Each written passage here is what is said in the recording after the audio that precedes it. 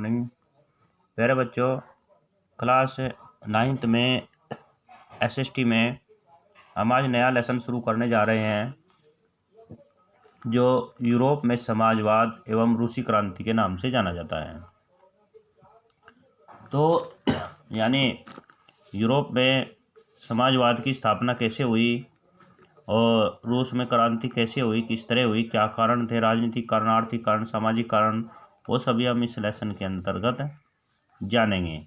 क्योंकि अब हम जो जिस युग के विषय में अध्ययन करेंगे वो सामाजिक परिवर्तन का युग है।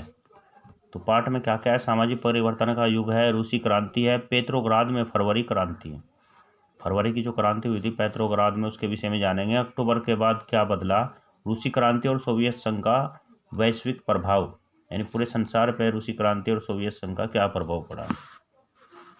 1789 आप अच्छे जान चुके हैं कि फ्रांस की क्रांति हुई थी, ने तत्कालीन समाज और अर्थव्यवस्था की पुनर्रचना से संबंध अनेक नवीन विचारधाराओं को जन्म दिया।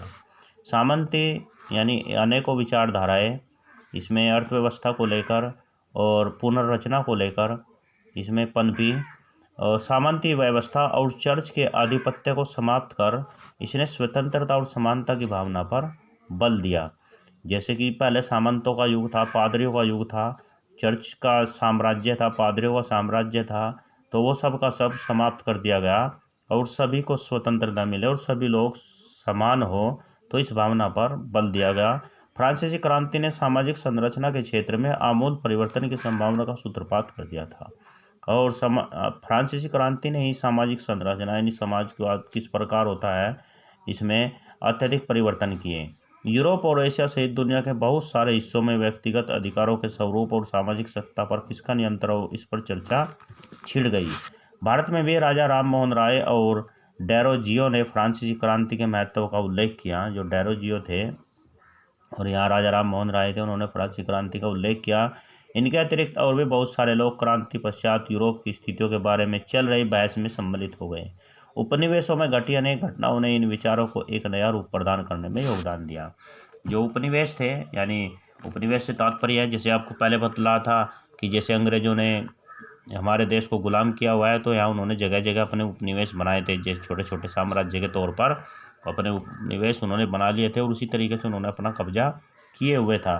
तो उनमें भी अत्यधिक बदलाव हुए और उसका भी विशेष प्रभाव पड़ा इस दौर में। हालांकि यूरोप में भी सभी लोग आमूल समाज परिवर्तन के पक्ष में नहीं थे, पर सबकी राय अलग अलग थी। इस काल में सामाजिक बदलाव से संबंधित विभिन्न विचारधाराओं का उदय हुआ। बहुत सारे लोग बदलाव के लिए तैयार थे, लेकिन वे चाहते थे कि यह बदलाव धीरे धीरे हो। समाज में बदलाव तो हो, लेकिन धीरे धीरे हो। एक समूह मानता था कि समाज का आमूल पुनर्गठन जरूरी है। कुछ रूढ़िवादी थे तो कुछ उदारवादी। कुछ रूढ़िवादी यानी पुरानी परंपराओं को मानने वाले थे, कुछ बदले के पक्ष में थे, बदलाव के पक्ष में थे, या आमूल परिवर्तनवादी थे। रेडिकल जो आमूल परिवर्तनवादी थे वो समाधानों के पक्ष में थे कि समाधान हो। अब आए सबसे जो यहाँ से लेसन प्रारंभ होता है कि उदारवादी, रेडिकल और रूढ़िवादी किस प्रकार के लोग थे। उदारवाद एक क्रमबद्ध और निश्चित विचारधारा नहीं है। इसका संबंध न किसी एक युग से है और न ही किसी सर्वमान्य व्यक्ति विशेष से है। यानी उदारवाद सब जगह सर्वत्र है और सभी व्यक्तियों, कहीं भी इस प्रकार के व्यक्ति हो सकते हैं और हर युग में होते आ रहे हैं। यह तो युग युग तथा अनेक व्यक्तियों के दृष्टिकोण का परिणाम है। इस विचारधारा के समर्थक प्राय निम्न विषयों में परिवर्तन चाहते हैं। तो उदारवादी जो लोग हैं वो किस प्रकार के परिवर्तन समाज में चाहते थे, तो उसके बारे में अध्ययन करेंगे। उदारवादी ऐसा राष्ट्र चाहते थे जिसमें सभी धर्मों को बराबर का सम्मान और जगह मिले। जो उदारवादी लोग थे वो चाहते थे कि सभी धर्मों को सम्मान मिले और बराबर जगह मिले। उदारवादी लोग इस प्रकार के थे। दूसरा पॉइंट, व्यक्ति की गरिमा और प्रतिष्ठा को बनाए रखा जाए, क्योंकि समाज और राज्य व्यक्ति की प्रगति और उत्थान के साधन मात्र हैं। तो ये भी था कि जो व्यक्ति होता है उसकी गरिमा और प्रतिष्ठा को बचाए रखे।